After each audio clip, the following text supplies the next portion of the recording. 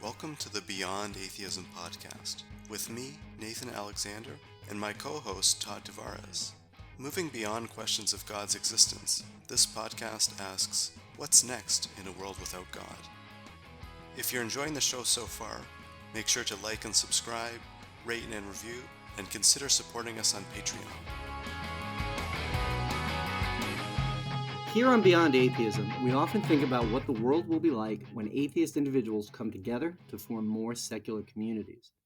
Much of this is yet to be done, but examples are emerging that show organized networks capable of providing social goods and reinforcing social norms and values. One such group, Atheists United, a California-based nonprofit, has programs not only for members, but has also turned outward and been actively engaging in the world with volunteerism and activism along secular humanist lines. Today, we are joined by Evan Clark, who brought an extensive history of atheist organizing to Atheists United when he became the executive director in 2019. Evan, welcome to Beyond Atheism. Great. Thanks for having me. Yeah, Evan, thanks so much for coming on. Before we get into the talking about Atheists United, maybe you could tell us a little bit about your own background. How did you become an atheist, and were you raised with a faith? Yeah, so I grew up in semi-rural Massachusetts, about an hour outside Boston. And my parents sent me to a Catholic school in first grade. And that's when I discovered this God stuff doesn't work for me. I do believe, if I'm not mistaken, we had Latin Mass still. And I don't know if you've ever sat through a Latin Mass, but that is some boring shit as a first grader. So one, I probably had trouble paying attention anyways, but two, I was the kid that asked all the tough questions. I remember vividly asking the nuns, okay, so Adam and Eve had two boys and then populated the world. How did that work? And I didn't understand how sex worked. I didn't know any, and the nuns were frozen by questions like that. I'm sure the priest could have answered better, but oh yeah, I was so annoying to the nuns at the time, and I was such a pain in the ass in CCD class. So I convinced my parents actually to take me out of the Catholic school and move me over to the public school.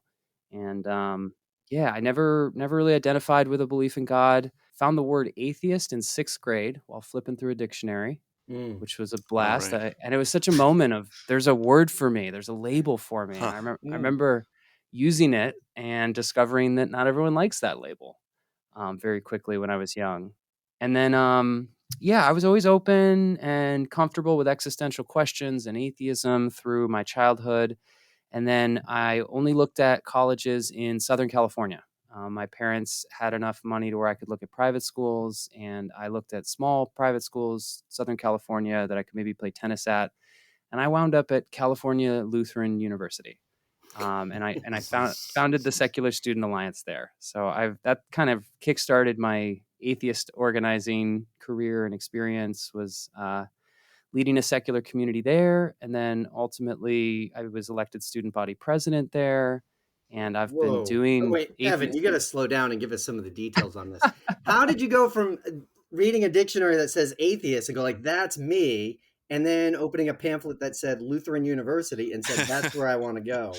Yeah. So when you're a 17-year-old and looking at colleges, at least in 2006, 2007, when I was looking, you go to collegeboard.com and you make a list based on the criteria you're searching for. And I was always open to the idea that I would go to a religious school if it could still be a place where I could be myself. So for instance, Notre Dame, atheists go to Notre Dame all the time because of the great academics. They don't necessarily think about how religious it is, and because they're able to live their life without religion on campus. And so I looked at schools that were religious. I had them low on my idea of what I thought I would like, but I added Pepperdine and California Lutheran University and University of San Diego, which is Catholic. And I honestly didn't know how religious some of these were until we flew out and did a trip. And when you grow up in Massachusetts and you hear about the school on the ocean in Malibu called Pepperdine, you go, well, that's where I want to go. So my mind was actually set on Pepperdine when I was in a junior in high school. And then when I visited, see the gigantic cross from the road. Yeah, and then you come and visit, and it's funny. On the tour, religion really didn't come up as much. It just felt like it was a place for snobby rich kids to go. and I didn't feel comfortable at all. And we timed my trip to where we'd start with the most northern schools in Southern California, which was Pepperdine and California Lutheran University, and then we'd work our way down the coast. And yeah, we hit Cal Lutheran first because I was like, well, I'm going to like it the least. It's got Lutheran in the name. Let's just get over with this, and I'll learn how to do these tours. And I just fell in love with this little school. It was only 50 years old, and it was putting up all these new buildings, and it just felt like it was at a moment of growth. And the tour guide, I remember specifically, you end the tour in the chapel of all places, and I start grilling the tour guide about religion on campus. And they're like, honestly, you can be as religious or as non-religious as you want on this school. We have it as an option for you, but we are an academic institution first. It's the Lutheran tradition of higher education, and religion is not forced. It is just optional. And I was like, I can do that. I'm comfortable with that.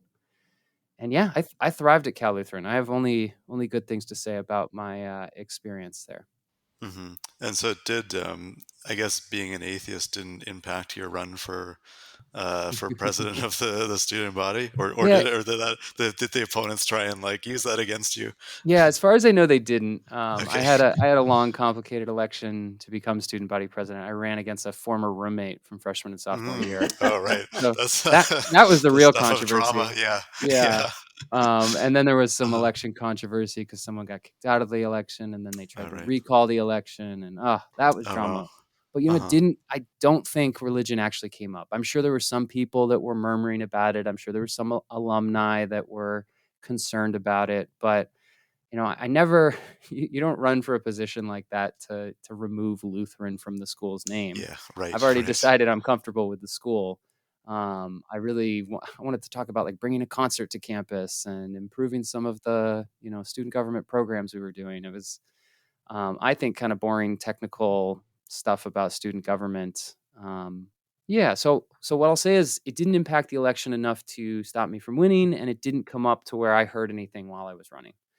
So yeah, and then once I was elected, it became this oh, look at, we're so diverse. We have religious diversity on campus. Mm-hmm. Yeah. And they Mhm, they yeah. kept using our club and me as an example of religious diversity. And honestly, Cal Lutherans made a really beautiful pivot to a lot of more interfaith work, I think, since that time, where they were kind of traditional Protestant religions in the past. They now identify with, I think, a much more pluralistic campus and approach. Yeah. Was that true at the time when you started the group? Yeah, so when I started the Secular Student Alliance, I was a freshman in college, and it was Proposition 8 out here in California. I don't know if you're not Californians, you've probably never heard of this, but it was the gay marriage fight in California. So while President Obama was being elected to office, gay marriage was being turned over. We had it legalized by the state legislature, and then the ballot initiative was voted on by all Californians and passed to overturn and make gay marriage illegal again. And so I was involved with the Gay Straight Alliance and kind of on the streets protesting every other week.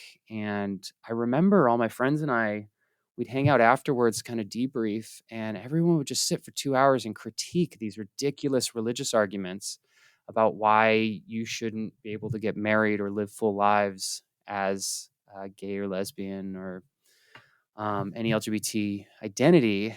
And I finally asked everyone, is anyone here religious? And we went around the room, and it was, no, I'm not sure. I think I'm agnostic. Oh, I'm a hard atheist. I might be humanist. I'm exploring. Yeah, I don't know if I'm Christian anymore. Yeah, I'm atheist, but nobody knows it. And so I just asked, would it be valuable if we created an atheist or non-religious club on campus? And people got really, really excited. Having grown up atheist, I think I take for granted the need for secular spaces at times, and how emotionally meaningful it is to have a safe place to have dialogue about your identity, to talk about the challenges you've faced in life. And yeah, my Secular Student Alliance was my first interaction with that, and what really kind of hooked me on community organizing for atheists and humanists in this non-religious world that I work in now. Well, when did you join Atheists United in California? Yeah, so Well, that was how did you find that organization? So I found out about them while I was in college. So we were about hour and a half away from LA, and I went to the Secular Student Alliance website and I looked for speakers that could speak for free to our group. And there's this woman, this older woman who'd been kind of a activist for years, who said she'd come up and speak. Her name was Bobby Kirkhart, and she was involved with a group named Atheists United and Atheist Alliance International. And yeah, she came up and she drove up. We took her out to dinner. She was super generous. She gave a really, really boring talk. I won't lie. Uh, she talked about like why atheists should have atheist children, and I don't know. I probably only turned out like 15 students to show up, but it introduced me to these larger communities that I didn't know existed off campus. And I kept in touch with Bobby after college. My first year out of college, I founded the humanist community of Ventura County. For that region, I worked with a guy who became a donor to our student group. And yeah, we were looking for ideas and partners. And so I reached out to the people in LA. Atheists United had been around since the 80s. They broke off from American Atheists back when they had a chapter program with Madeline Murray O'Hare in the 1980s. And yeah, they were always supportive. We didn't wind up working with them directly much at the time, but I built this amazing relationship with Bobby Kirkhart, who at the time had just bought a house she was turning into an atheist community center in Los Angeles. And she was kind of my entrance to the history of this movement and community building. And then I also joined the national board of the Secular Student Alliance, and I've been on that board for about 10 years. So you know, after that, I moved to Phoenix, and I worked for the only atheist running for national office in 2014. A guy named James Woods. I bopped around and did a humanist podcast. I have a really weird long resume of atheist humanist Yeah. projects. So you tell me which ones you want to talk about. But there's a common thread there, and the thing is, it's always around atheism, which is Yeah. pretty impressive. Well, and I have to always go back to my Secular Student Alliance. I remember the last meeting where I was president of the group, and I was leaving school as a senior, and our discussion topic was: is there a need for atheist communities in the larger world? Like, do you think you need something like the Secular Student Alliance for the rest of your life, the way people have churches and synagogues and mosques? And it was a selfish question, because I had already completely convinced myself that if I could get paid to do this, I would drop everything and go do it. Yeah, Right. right. This is the most exciting I've ever felt, the most intellectually stimulated I've ever felt. It feels like a social problem that so desperately needs attention, and it needs kind of an entrepreneurial mindset, because we don't actually know. We don't actually know what the post-religious religions of the 21st century are going to look like. And yeah, I mean, I remember I was at a conference just before the pandemic, one of these really kind of guru-y capitalist conferences in Long Beach, California. Like these are the people that love to follow Elon Musk online, and Right. they have like Shaq on stage to talk about marketing approaches. And Wait, I talked to Shaq? yeah, Shaq was there. I didn't makes meet him, money but yeah. just talking about marketing? Oh yeah. God. Oh man.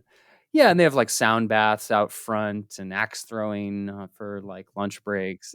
It was just such a hilarious hipster conference. But I did meet a guy who worked for Google X, which is their like moonshot project division of Google. They work on self-driving cars and balloon internet and radical robot healthcare things. And I was there pretty much because a friend got me in for free, and I was like, I'm just going to pitch Atheists United, see if I can find some donors. And I kind of give this guy my quick spiel about how we need atheist communities, and there's probably 20 million non-religious people across the United States we could organize. And he turned around and said, you realize you're in a $1 trillion industry, right? And I was like, whoa, what is he talking about? $1 trillion. He's like, religion is probably a $1 trillion industry, and you're trying to innovate it. And that's always stuck with me. It's just like, yeah, if you just think about the world as markets and industries, and where your entrepreneurs are, and how money moves, and where people gather, and what products they get excited by, like religion has been one of the largest, most influential, most well-funded products, markets, movements in human history. And We're now looking at a United States where 29%, and it's only growing, 29% don't identify as religious anymore. Almost 10% identify as atheist or agnostic. And we need to ask what the rituals, what the community gatherings, what the identities will be that will serve these people as they have children, as they die, as they move between cities, as they look for jobs, as they try to find love. Like, I think the most interesting questions are not whether God exists or not. It's how do we serve atheists who have really unique experiences in this world, because we live in a Christian majority society and a like Christian privileged world. It's like being queer. It's like being a woman. You have a unique experience, and so you probably need unique experience, unique community at times. And that's what I get to do for a living now. I get to think about and play with how we build interesting programs and interesting community spaces for people who happen to not believe in God. Mm-hmm. But Yeah. how much did he invest in AU? Nothing. That's the important I thing. know. I got to call him up again. Uh, But nobody, I nobody. mean, it's a very insightful approach, right? And it also speaks to the idea of like what technology doesn't do, right? This isn't a machine that does it. It isn't code that does it. It's how do we're innovating the way people relate to one another. Yeah, relate, gather, identify. I think that's actually a really good question and something to be explored more. Chris Stedman is a speaker and author that you all would love speaking to. He wrote a book recently called In Real Life. And I love the concept of hybrid communities and how technology has radically upended our concept of community. If you're like my brother and you grew up gay in our society, often your first real community is like online. It's maybe your gaming friends that you connected with somewhere in the world. You might not even know their names. And that's where you get to be your true authentic self. I think about how Reddit has impacted the atheist movement for the past 20 years. The rise of meetup.com has just Right. radically Yeah. created space for us that didn't exist pre-internet.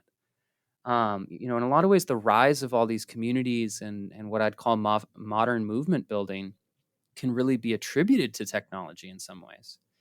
And yet, I strongly believe that our most powerful work and our largest potential is still going to come from our in-person gatherings and our ability to mobilize at the grassroots level. Yeah. Yeah. I'm writing an article, like, among other things, about the way, like, the internet has impacted the atheist movement. I think, like, yeah, what you said is totally right. I feel like it's sort of like, it provides an opportunity for community, but it doesn't, like, it's not a replacement for community. It just, like, sort of facilitates it. Yeah, the first thing it did is made people realize how many there were. Yeah, I truly think finding each other is the first step of any community, any concept of building group identity. Like, you have to find each other. And if I think about being an atheist in the 1960s, how do you find each other? If you're and you have to think about the consequences of even looking, right? We know this today. If you were in Saudi Arabia and you start Googling atheist things, like, you can go to jail. In the United States, in the 1960s, yeah, what? You go to your local library and check out a book on atheism and you hope your family doesn't find it. But then how do you find other? So universities were the only spaces that could kind of explore these ideas. If you were lucky, maybe a socialist club or super lucky, an atheist community of some sort existed. But to have the social confidence and to actually gather and to promote that you're gathering, and then for people to have public out identities after you gather, that takes a lot of social progress. So I think in some ways the reason our communities, atheist and humanist communities, have been so, let's say, atheistic and so obsessed with religion and the debate of religion for the past 20 years is because they're reactionary communities. They while we think that they're gathering for all of these other things, and while they often do go serve people in ways beyond just intellectual stimulus about religion and theism and atheism, you have to put yourself in the context of how most people who join our communities were traumatized or abused by religion. The highest representation of people in most atheist communities come from conservative traditions. They come from evangelical, they come from Catholic traditions, they come from ex-Jehovah's Witness, ex-Mormon, ex-Muslim, to where they were taught terrible things about sexual education. They were emotionally abused and traumatized. They were lied to by people they trusted for years, and they gave thousands, if not tens of thousands of dollars to organizations that they now believe to be not important or meaningless or dangerous. And I think when you put it in that context, our communities first are serving people's emotional and physical needs of safety. We have to help people recover from the trauma that they have faced. And that process is long, it's slow, it's painful. I think atheists are rightfully accused of being angry at religion a lot, but we have a lot to be angry about if you live an atheist experience in society. What we haven't been as good at is putting words to that and actually helping people's need there, which is why organizations like Recovering from Religion are so important.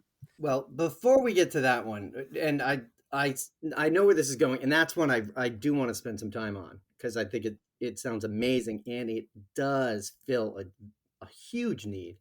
And Um, the pivot, which is where we're going to. Like, yeah, and, but and what else? How do we let, go beyond atheism? yeah, but so let's get into what Atheist United was like when you got there. Because one of the things that you already mentioned that blew my mind is that you had a space. Because for a lot of Yeah. atheists, this is a major stumbling block. Yeah, so this is really unique to Atheists United. So it was founded in 1982. It was a part of American Atheists at the time. I believe there was some disagreement over some separation of church and state case out here that kind of separated us from the national group. And it had served LA as mostly kind of your local atheist community chapter. It helped people launch groups whenever they wanted to regionally. I think it has served mostly a social need for people. I think a safety need for people. Um, but you look back to the 1980s and the photos I can find in our records, and they're protesting war and nuclear arms. They're participating in the AIDS walk in Los Angeles. They're gathering for highway cleanups, and some are even engaging in interfaith work in the 90s and early 2000s. They're partnering with international organizations about oppression of non-religious identities and religious minorities worldwide. And yeah, honestly, the history of most atheist communities are quite progressive and quite active, but we get caught up in the needs people have. And I think a lot of those are, uh, well, I should say the needs are actually probably more recovery. I think sometimes the leadership keeps it more intellectual because they've also traditionally been run by highly educated white males who think that's what the purpose of community is to serve them intellectually rather than to maybe address their intersectional community needs.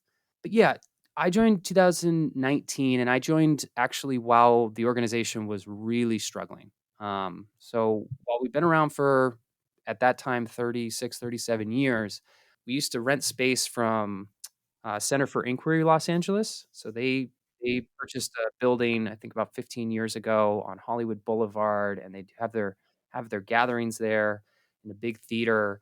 And they had sold their building and were looking for new space for so about a year and a half. Atheists United was kind of homeless, other than this space called Heretic House, which Bobby Kirkhart, one of our former presidents, she purchased a 100-year-old Victorian mansion in a neighborhood called Echo Park in Los Angeles, and she opened it up as basically a community center for the atheist free thought community.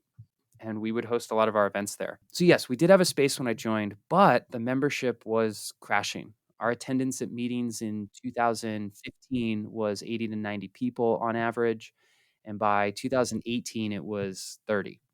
The average age of the membership was going up, not down. We were finding that young people weren't finding community there anymore, and it was becoming not just retirement age, but like 10 to 20 years from death type age. for Right. most of our members. Yeah. This And sounds so, like what churches are yeah, facing. exactly. And honestly, when Yeah. you look big picture, most liberal religious traditions are having the same problems.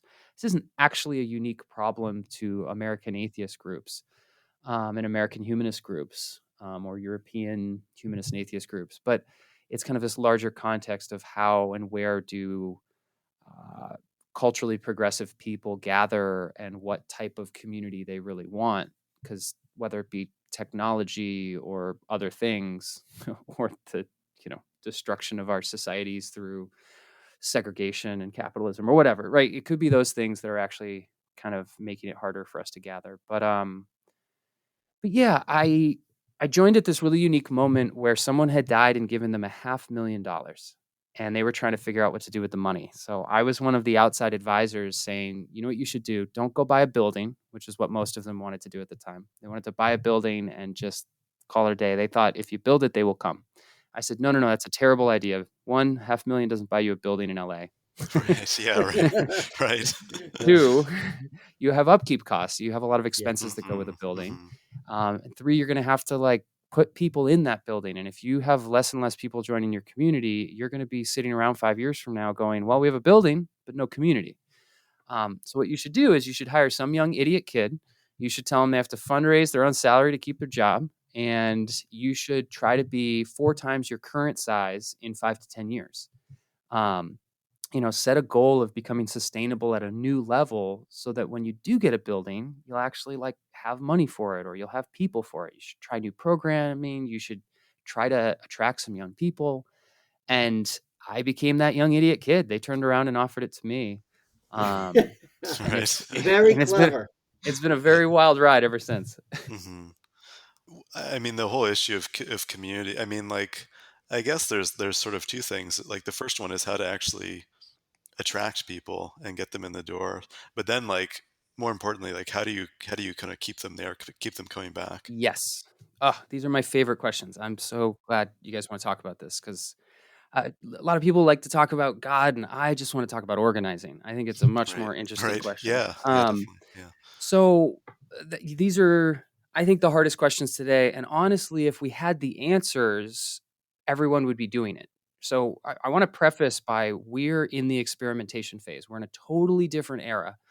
And there's a few reasons for that. One, I like to call the expanding spectrum of atheist experiences. And what I mean by that is there's such a radical difference between a third generation atheist who grew up in Santa Monica, who goes to University of Southern California where most of their friends aren't religious, whose idea of community is marching in Black Lives Matter, versus a gay atheist youth who grows up in rural Kentucky, and it's literally a life or death type conversation.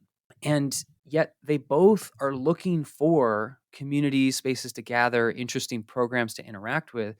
And yet their needs as human beings, their needs once they're in community are so radically different. So how do we serve both these people and everyone in between, you know? Yeah. And let's Uh, not leave out the fact that they will serve each other's needs if they're in that community. yeah, it's just, the third generation atheist is so bored by the conversation of theism and atheism. They Yeah. do not want to watch Richard Dawkins debate Dinesh D'Souza. They just don't understand why you need a creationist speaker to come out. They just don't get why people get so worked up over some religion putting some sign up locally. And yet over here you have groups of people who like are still coming out of the trauma of their own family. They have family rejection, they have microaggressions they face. They are scared to tell their coworker or their spouse about their identity or their beliefs, and that could take the rest of their life for them to get comfortable with.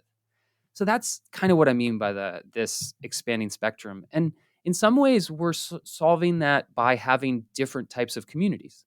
Sunday Assembly is a model of secular community that was founded about 10 years ago in London for that, frankly, post-religious, second generation atheist crowd.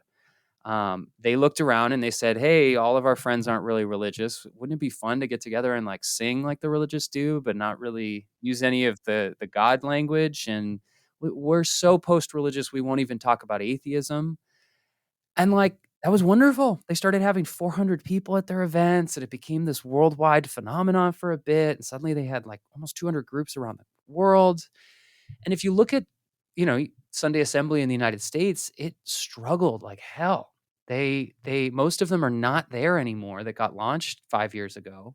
And I think part of that is because the needs of atheists in America are pretty profound and pretty direct, and you can't ignore religion in the United States because of our politics and our culture.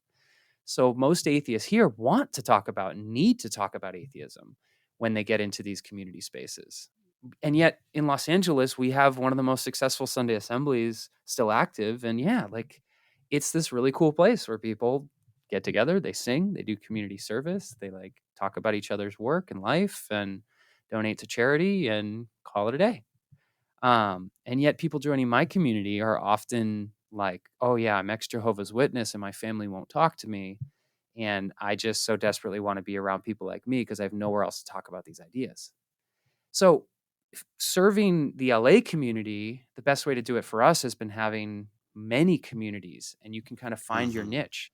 And when Mm. Right. think about Yeah. it, religions have always had that. Like the Protestant Reformation created your 10,000 flavors of Right. Christianity. Yes. And Yep. that's Yeah. good in a lot of ways. You can move between them if you really don't like the pastor or you don't like the rituals or if you have a different identity or you have a slightly different belief about a concept of God or Jesus. And like to me that's the future of secular community building. We have, ideally not one or two groups for every city. We have 40 groups for every city and you can kind of pick and choose and some can be really radical politically and some can be really passive and talk about sports and some can be all about raising children and some can be all retired and tell everyone to fuck off. Like I don't even care, right?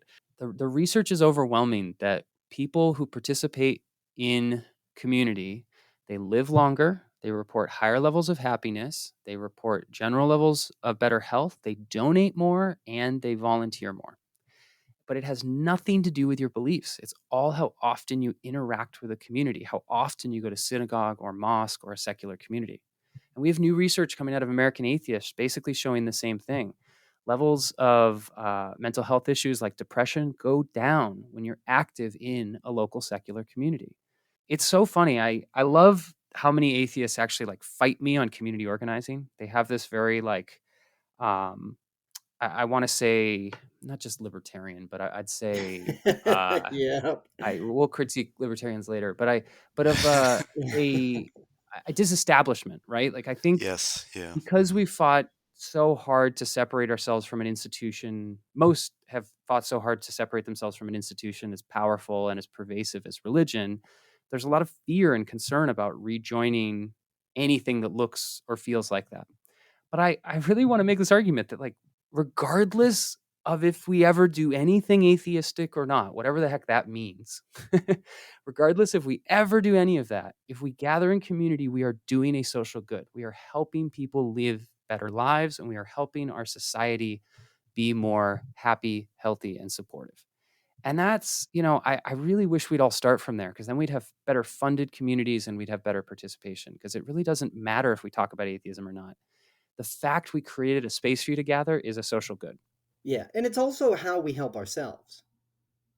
There can be that bit of self-interest in it, like paying yourself through fundraising and doubling, tripling, and Right, quadrupling right, your right, membership. right, right. If So you if you see walk us through your changes then. What worked and what didn't? Because a lot of what we hope we're doing is getting information out to how this can happen, right? We know that these experiments are happening, but there's not necessarily a way where we get the results and reproduce them or find the thing that works and keep doing that or stop doing the thing that doesn't work, right? So, Evan, what did you find? What worked for you guys? What did you introduce and how did it go? and I think the problem we're having trouble tracking it is because we're still not professional. We're not hiring enough people. Like the transition from volunteer to professional leadership can so exponentially impact your group. Like we have to applaud the history of volunteers that have made these groups and these organizations what they are. Like truly, we are standing on the shoulders of giants. Yeah. But People who labored for nothing. nothing. Yeah. But how much money can you raise when you still have a full-time job? How many programs can you organize when you still like need to take care of your children part-time, right? Like there's something special that happens when people can become experts in this space and have the time and space and money to try things. I think most of our communities are underfunded because we don't have anyone who has enough time to fundraise for them. It's not that we don't have the skills in our community. We're very fast learners. The problem is we don't have the time, right? Like my first year on the job, I feel like I was just building basic nonprofit institutional things. I was building a donor tracking system. I was building a regular like thank you program for donors. I was like reforming our membership program. I was improving our brand and our social media and our communications. And once I did all of that, we now can scale. We now can handle 1,000 members if we had it. There's no way volunteers could have handled 1,000 members back in 2015. But we are completely capable of that now. And now I get to play with how do we do it? I get to try all these new programs and try different communication techniques and see if I can raise enough for a marketing budget. One of the most important things I did when I came in, and that I wish more people thought about, is thinking like a pastor almost. And bear Right. with me. Bear with me. Okay. Um, and what I did, I actually started looking for church planting books when I got started because I'm one of 5 maybe like atheist organizers in the country that gets paid to do this. I'm one of the only people under 40 who have been able to do this for 10 years now, basically play in this atheist sandbox. And I still don't know. I don't know what the answers are to building super successful communities. I don't know the perfect programs. I don't know the perfect communication.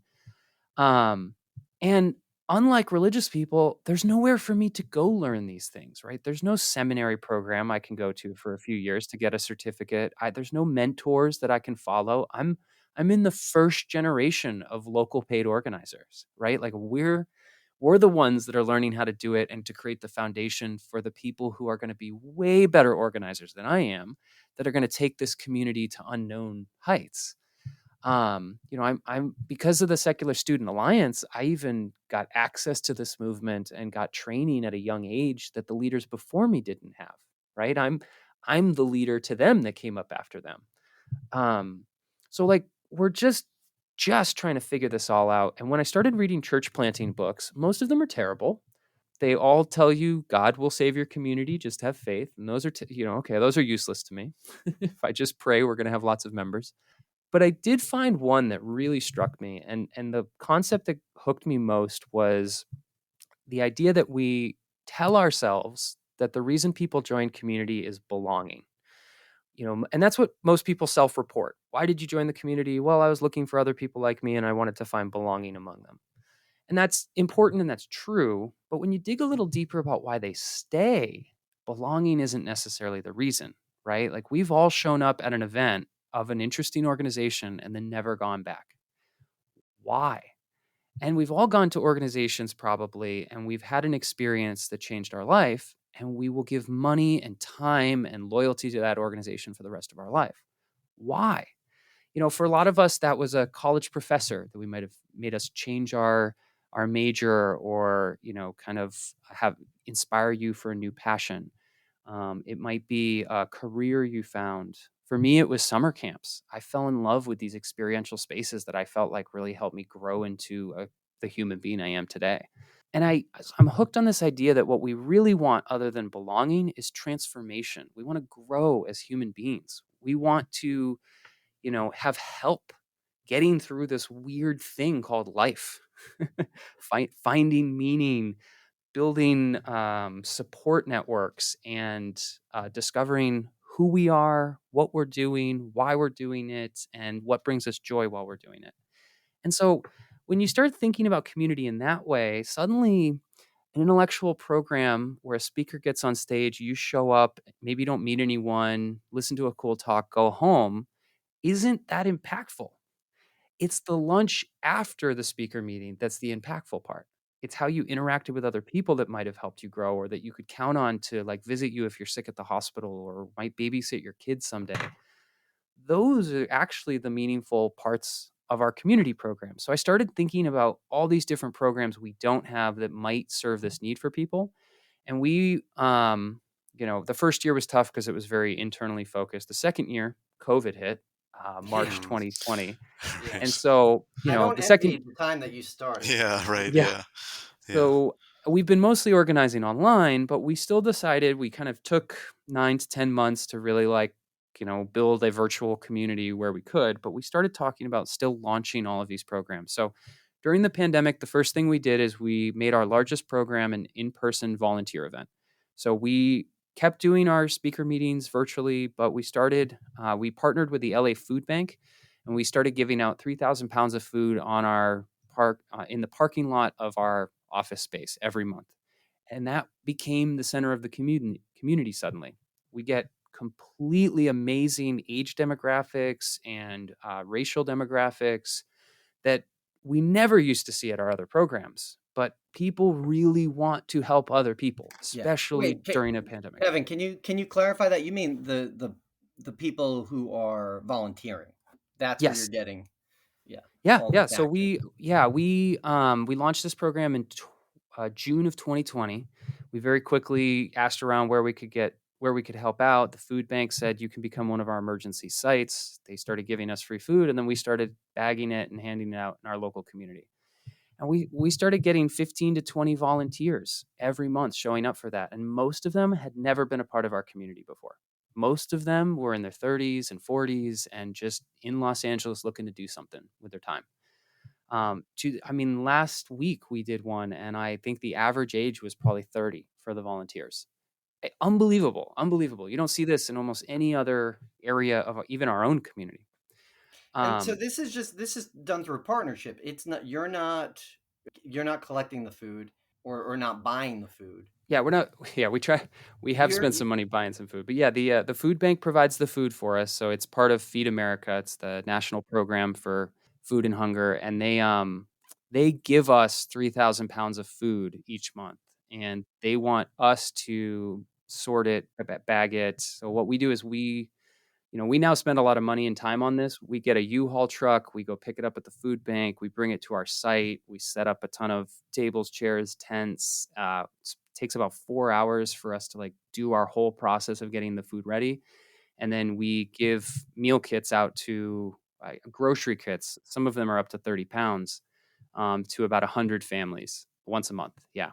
And it's an amazing program, and it's just kind of reminded me how much community service is what people are really interested in doing. Like, people at the end of the day, it doesn't matter where you are on the atheist spectrum of experiences, like, you want to help other people. I find you're anti-religious, recovering from religion, like angry atheist, and your third generation atheist who is so zen and doesn't care about religion, love showing up. They both love coming to that program. Yeah.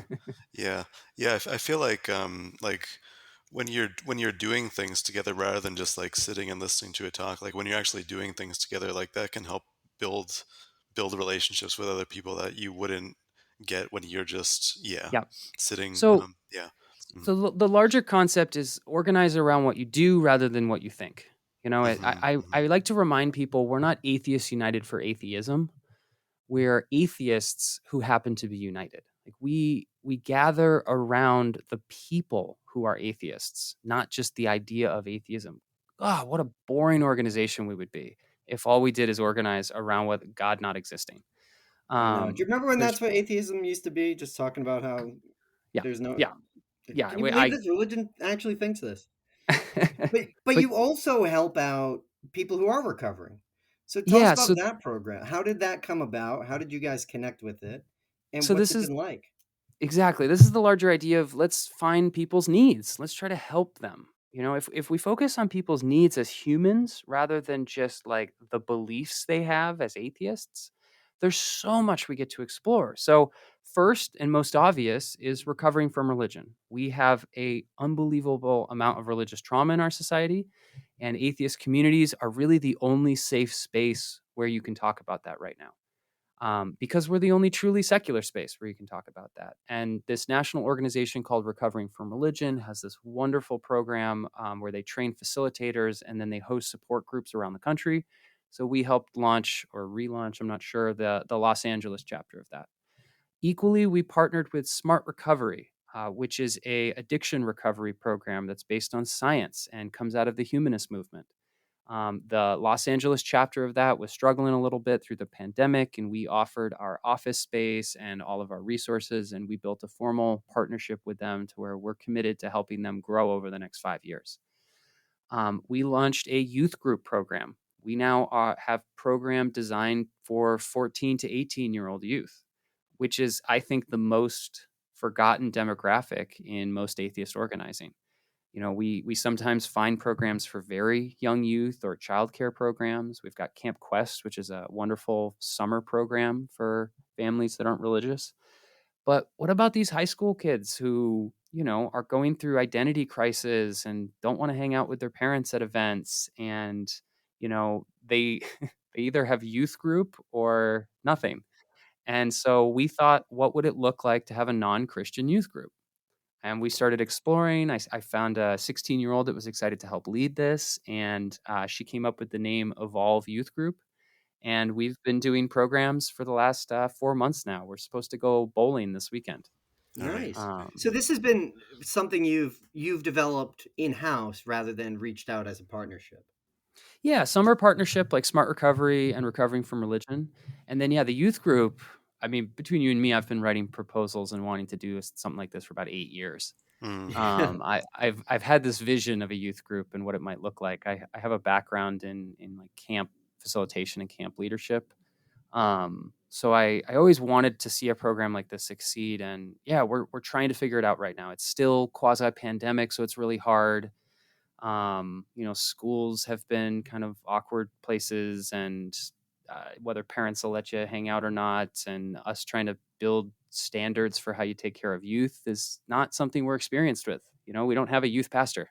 Right. Yeah. Right. Yeah. Yeah. We Yeah. are doing this all Right. from Yeah. scratch, and I'm working with organizations where I can, like Camp Quest, which has been like helping me with the tools for a background check, or training programs for facilitators. But yeah, we're in a lot of ways, you got to figure it out as you go. But I'm noticing that the more we do programs that uniquely catch people with where they're at in life, that uniquely are trying to help them with some need they have, or are trying to serve them in ways that our communities traditionally haven't, like, people are excited. My favorite new program we launched, I talked about this idea in 2019 and wasn't able to pull it off until 2021, but we launched something called Atheist Adventures. And this is where we go on trips to do interesting things and explore wonder and awe together. So the first trip we did was a stargazing party with an astronomer in Death Valley on a moonless night. God damn it. I know, you got to come. We had four, Yeah. and we had That's and we had freaking awesome. and we had 40 people join us, and we had a star talk at 8 at night on a perfect dark sky night in Death Valley, and then we all went hiking together and camping together for the weekend. And I had no idea if that program was going to be a success or not. We were shooting in the dark. It sounded great on paper. We figured people would get excited by it. But yeah, we had 40 signups. We made more money than we lost on that program. That might be a revenue source for us now that we would not have known about unless we, tried something different. And that is not a speaker program. This is, we're going Right. camping. Right. Yeah. Yeah. Yeah. This is Yeah. different stuff. But then there's other stuff that doesn't necessarily fulfill social needs, and it is not even outreach, except in the maybe it gets a little controversial and attracts some attention, like the sign pirates. Yes. So our another program we launched was Atheist Street Pirates. And this purely came out of the pandemic. We were looking around. I kept spotting all these religious signs on highway overpasses. I'm pretty sure every city in America has this problem. Somebody decides they need to put a big Trust Jesus sign over some major highway, and then you notice it doesn't seem to get taken down for months on end unless some bad weather takes it down. And it kind of frustrated me. We had a few people send complaints about signs through our website, and I had reported one or two to California Transit Authority, and I don't even know if they got taken down or not. But it just got me thinking. I wonder if anyone has ever tried to track all of these. I Yeah. wonder what Are it they would look illegal, like. by the way? Do you know what the laws are? Yeah, so I mean, I don't quote me as a lawyer, but I do think our understanding of the law is pretty true, which is you can stand over a highway pass, you can stand in front of a telephone pole with signs all day long. But the second you leave it behind, the second you attach it to the highway and you're not accompanying it anymore, it's trash. You've just put garbage on the side of the road, essentially. You've decided that your free speech needs to exist beyond the rights that you had with him. And that's the critique and concern we have. If you put up a billboard, we don't care. You paid for that. That's legal. If you have church property or it's your private home that you put a sign on, all day long, we don't care.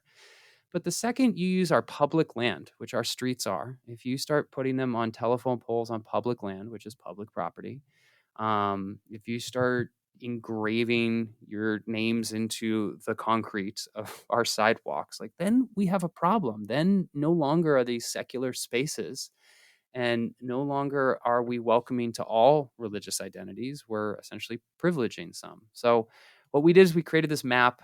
We use a Google map system and we started just putting them on a map. And yeah, it's been about 6 or 7 months now, and we have over 70 signs we've spotted around greater Los Angeles. And as far as I know, we're the first ones in the country to ever create this kind of research. And I've even tipped off some academics to see if there's something to explore here, because this is a phenomenon that I don't think anyone has ever thought to track. And then we decided to go a step further. Again, what's one thing you can do during the pandemic that you can't do otherwise? Well, you can go maybe take down a few of these signs. You can go clean up your city. You can do that on your own. You can take your own ladder. You can bring some scissors, and that's exactly what we started doing. Yeah, I want to say about 40 of them now we've taken down around the city, and we've collected most of them. I'm actually working with an artist right now to see if she can turn them into an Right. art piece. Yeah. Right. Are they Yeah. homemade or are these professional things? Do they come with a church affiliation or are these just Yeah, so we're lone not wolf? 100% sure the origin of all of them. I did go down a 2-hour rabbit hole one day and I found some video with 6 views of some guy bragging about putting signs up, and then I didn't save it and I haven't found it since. But there are some that are printed and they are identical. We have at least one style of sign that we have, I think, over 20 of. So it is either a group of people or a person who is clearly, let's say, canvassing the city in these signs. We have some signs that are clearly professionally printed. So there's some photos on our website and our social media of me holding like an 8-foot Trust Jesus banner that was Mm-hmm. printed on that white, like plastic vinyl fabric that rolls up like like your little league ad type signs.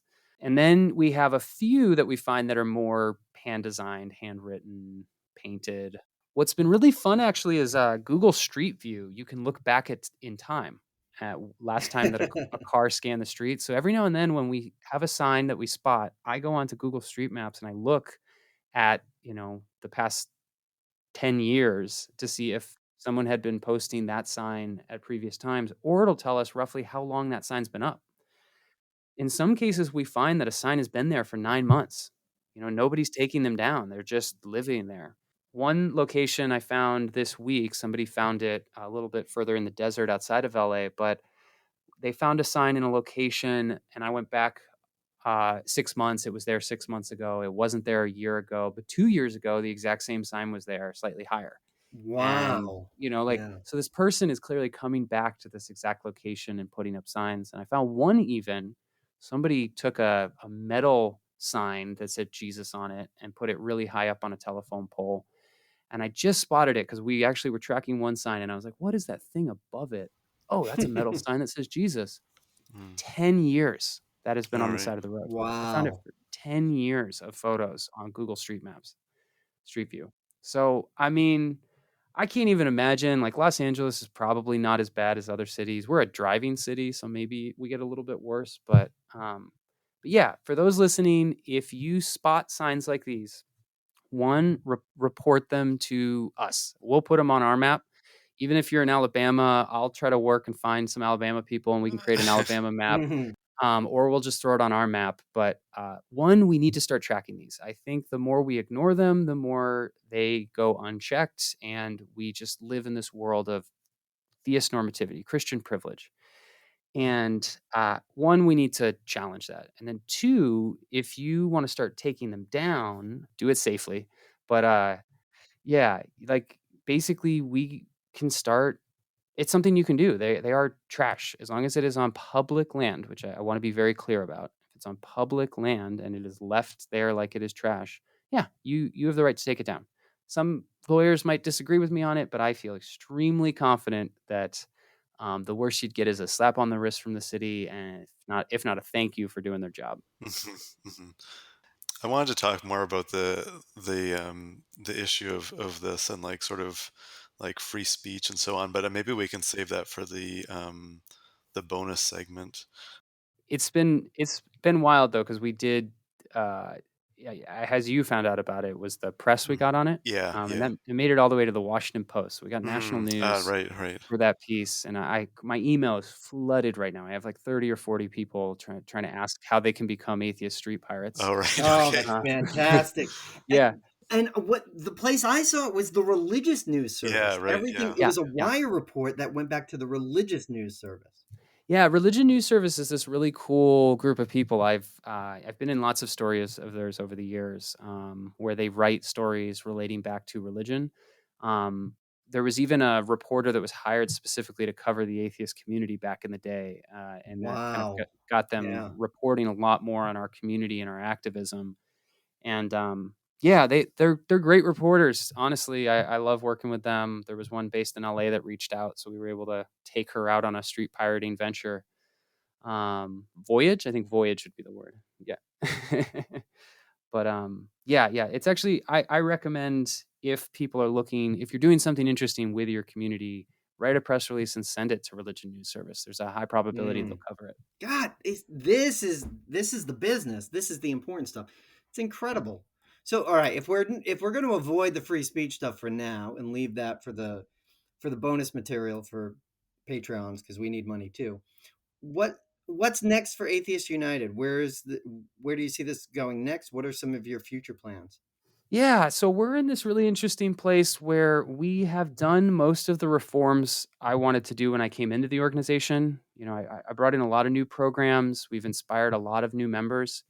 I looked at our numbers from 2018 and our numbers in 2020, and over 60% of the people that identify members in our community were not involved in 2018. So we are bringing in new people, who we're doing something right. We know that.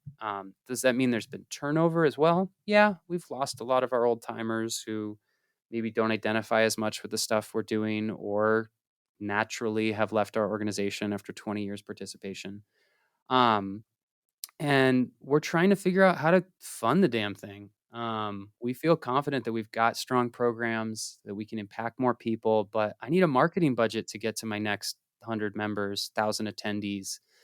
And it's hard going. We don't have a culture of giving in atheist spaces.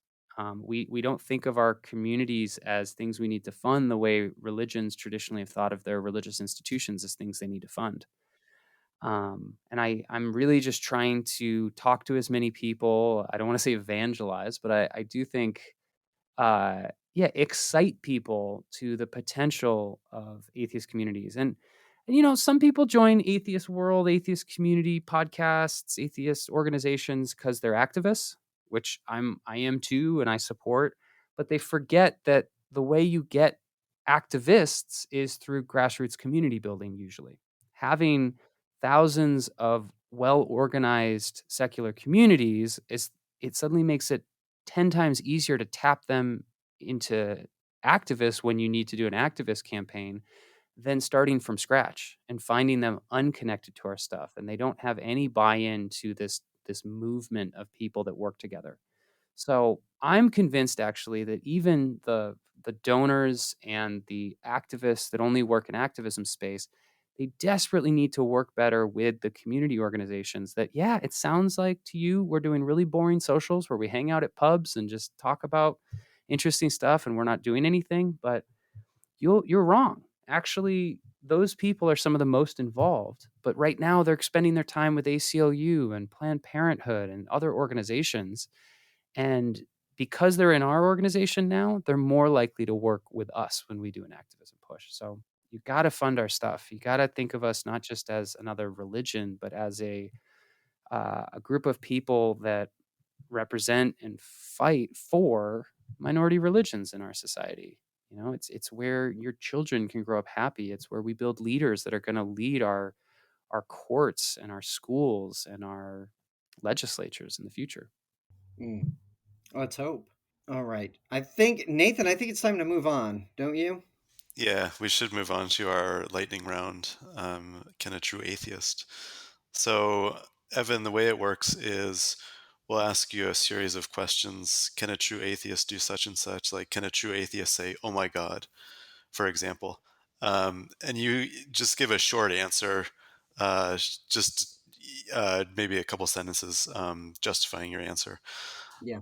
Don't Um, overthink it. That's the yeah, most important part. yes, yes. Okay, so we're going to start with a really easy one, perhaps. Can a true atheist believe in God? No. No. Okay. All right. Okay. Good. It's always good to Fantastic. have that as a It's baseline. easy. Okay. Yeah. Evan, can a true atheist proselytize? Sure. Do Why you not? guys have you So do you have any it, outreach it programs? it yeah, it depends on your definition of proselytize, I guess. But I mark it like hell. Sure, you catch Mm, me most days of the week, and I'm a seller of my community. So the fact that I might spend some money on Facebook ads, or the fact that I call up people and ask them if they'd like to join something, I don't think that's inherently bad. I think that's a secular tradition. I think it's been co-opted by religions who use guilt in their arguments and use it. When you remove the bad stuff, we're just asking people if they want to do something with their time, and hopefully it improves their life. So yeah, screw it. I'll But proselytize that. are you targeting religious people? Being like, come on, give up the Oh, God oh no, no, thing. no. Sorry.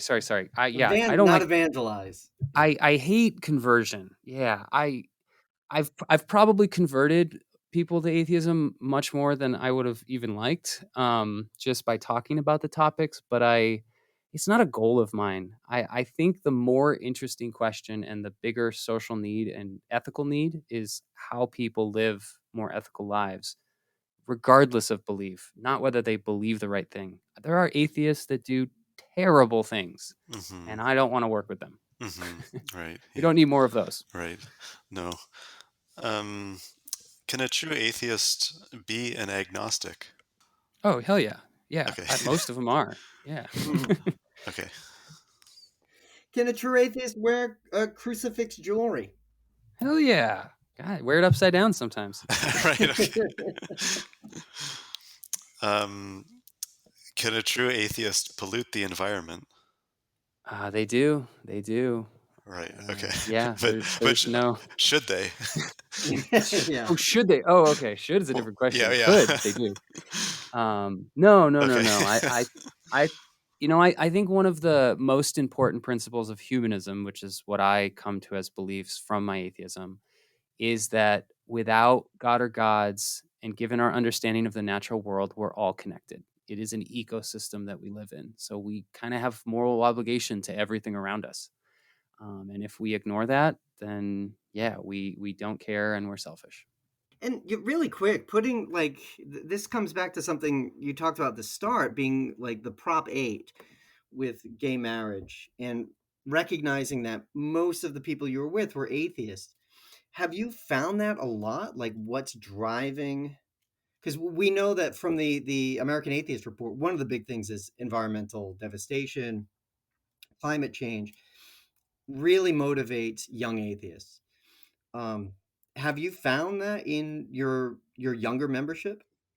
Yeah, I've been I'm now 33 and shouldn't be giving this talk anymore, but I've been giving a public lecture on like millennial atheists and young atheists for what feels like 10 years now. Right. Mhm. And yeah, one of the things I just keep coming back to is like if you're going to build a community, or you need to think about what the needs of the people in the community are.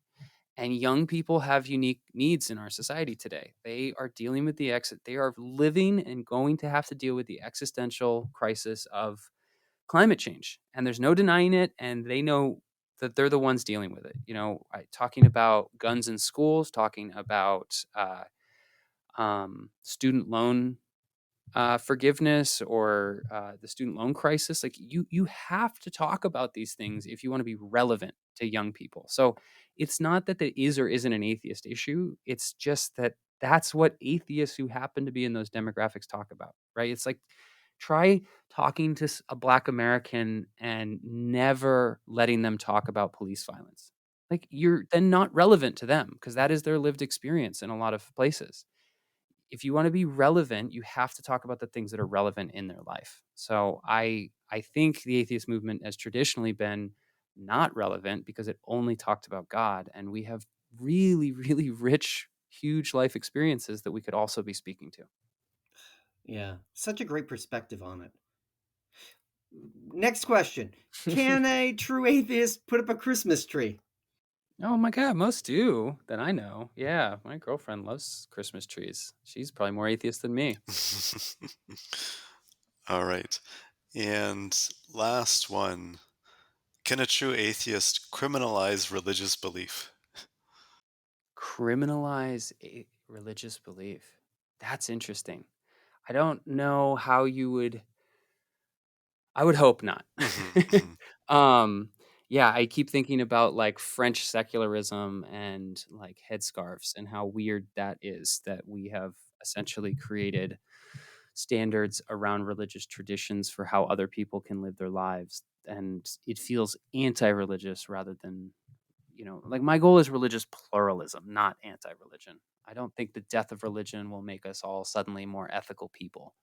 Um, do I think people might be right about the question of God if they're more atheist? Sure. But you could also act like Donald Trump or Vladimir Putin. So I just don't care at the end of the day. I care about what you do with your short time on this little planet in this huge galaxy. Awesome. That's a great sentiment, and I think we should end it there. Anything you'd like us to plug? Honestly, if you're listening and you've never explored a secular community before, just go check one out. If you live in a major metropolitan area anywhere in the United States or Canada or Europe or probably even other countries around the world, you likely have a humanist or atheist or secular or free thought community, and they're not always going to be your cup of tea, and they don't have to be, but it's worth exploring. Or if you've got money, funding. We need some money. Right. Yeah. Yeah. hmm Yeah. Yeah. Yeah. And what I'd say is, if it's not your cup of tea, go create your own. We do not all have to be the same. For a million atheists, there are a million types of atheism.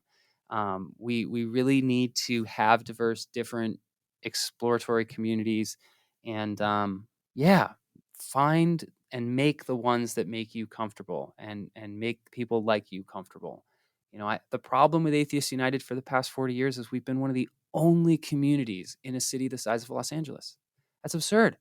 I don't know how many millions of people are here, but there's no way one community can serve all of them.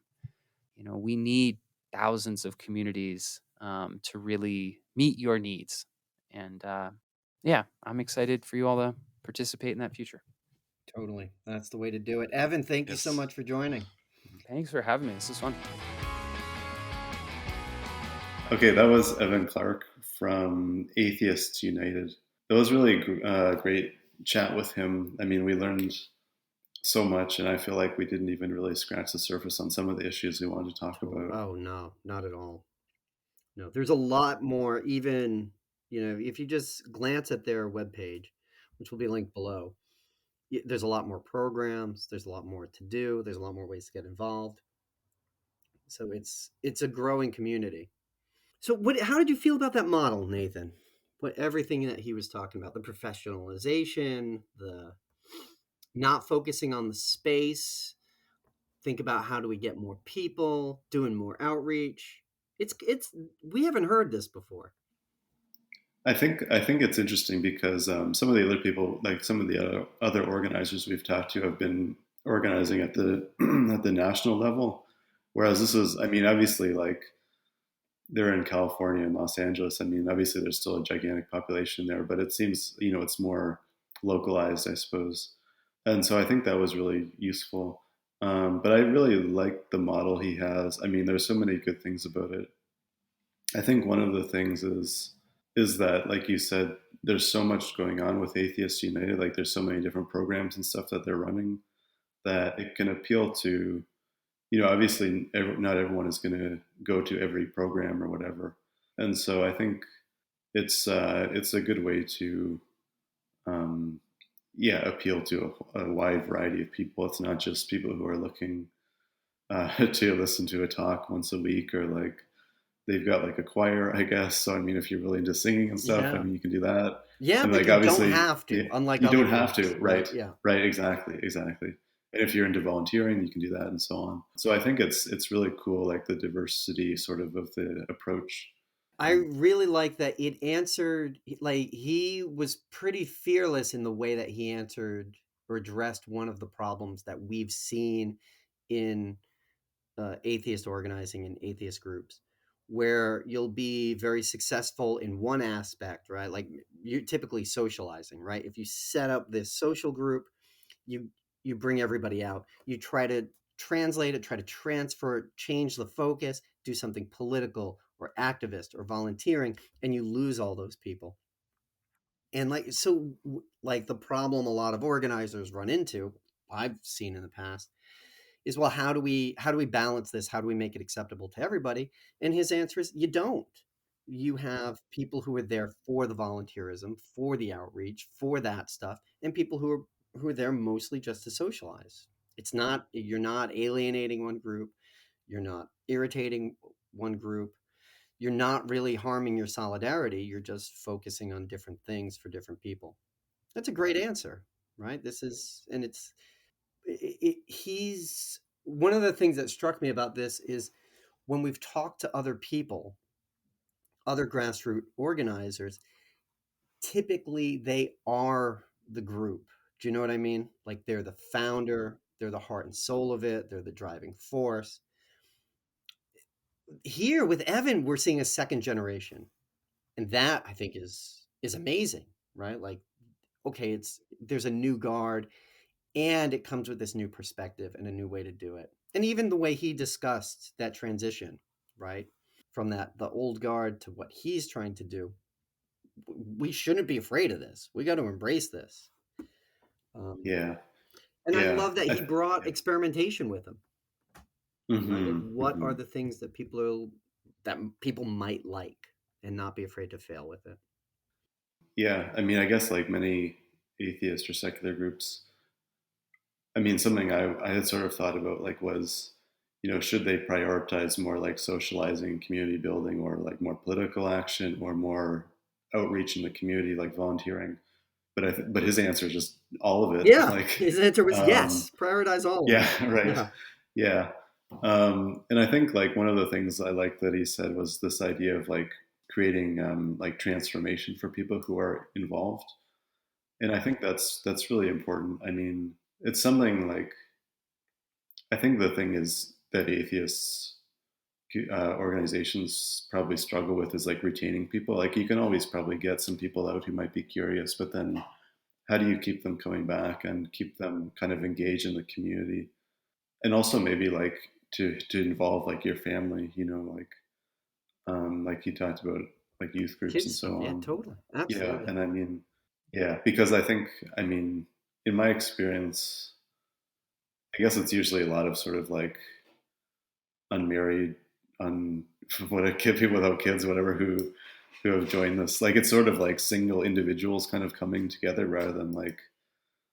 So I think that's something maybe to to think about. But Yeah, yeah, which to the broader point is create something that actually addresses the needs people have, which we also see in the rehab programs, the helping people with addiction, and counseling for people who were harmed by religion, which is really great to see. Like, again, a division that we've noticed, atheists who are raised without religion, typically that's a blind spot, right?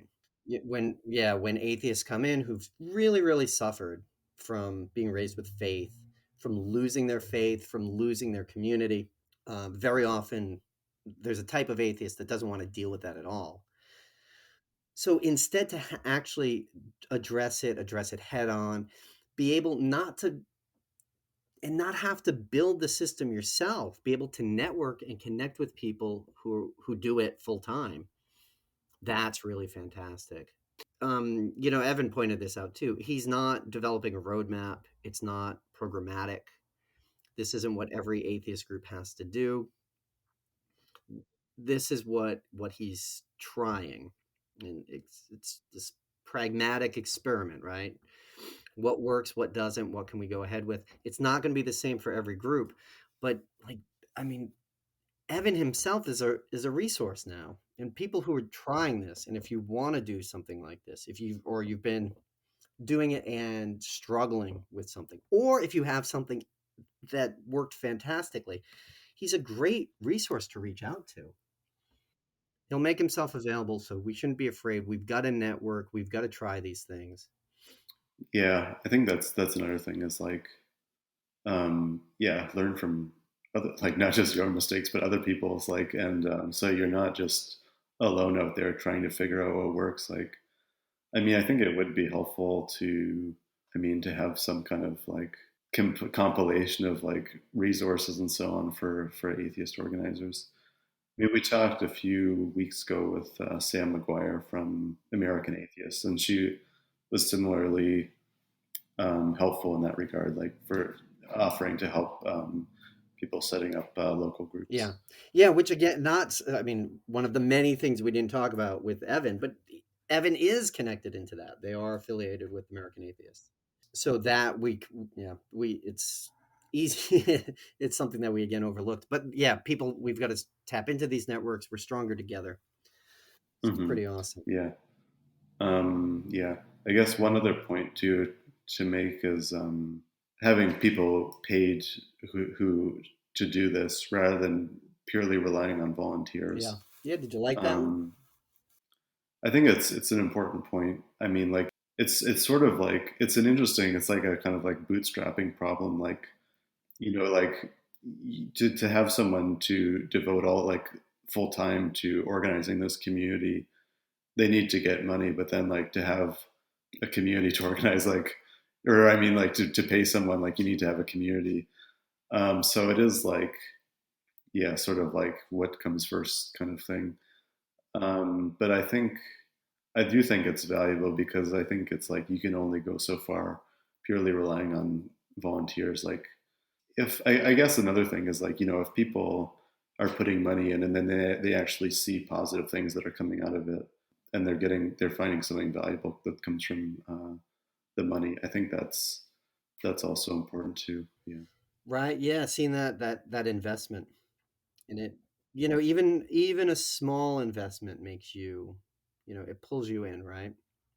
Suddenly the stakes are higher for you. If it's free, you can come or go. If it's too expensive, you're not going to do it. If it's a little bit, that might just be enough. Yeah, there's a lot more to talk about. We can't get into the details on this, but I mean, these are it's a great model, and the group seems to be more successful because of it. And that's what we need to focus on, is how do we keep doing this? How do we make it better? How do we help ourselves? How do we help other atheists? And how do we, outreach? How do we make ourselves known and become a positive presence in the world? And this is one answer.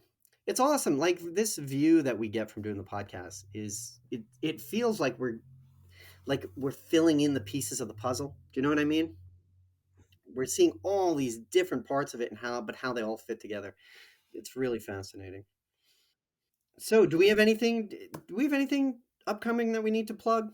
No, other than, of course, like and subscribe, ring that bell, pull the string, do what you got to do. And yeah, we should encourage everyone, if you enjoy the show, to subscribe to our Patreon, where you can get bonus content. In this episode, we talk more about the Street Pirates program, among other things. I'm starting to feel bad about putting all the good stuff behind a paywall. But really, that's where all the good stuff is. Yeah. Yeah. And we want to make sure to thank our patrons, Lars, Debbie, and the AHS Plus blog. Oh my goodness, big ups. Thank you guys very much. And of course, thank all the listeners. Big thanks to Evan. Listeners, if there's anything you like or hate or more that you want to hear, keep the requests coming to Nathan. Nathan.G. Alexander. Is there a dot in there, Nath? No. Nath G. Alexander? Yeah, Twitter. On the Twitters. Mm-hmm. Yeah, keep those coming. We love hearing from you guys. I think that's it.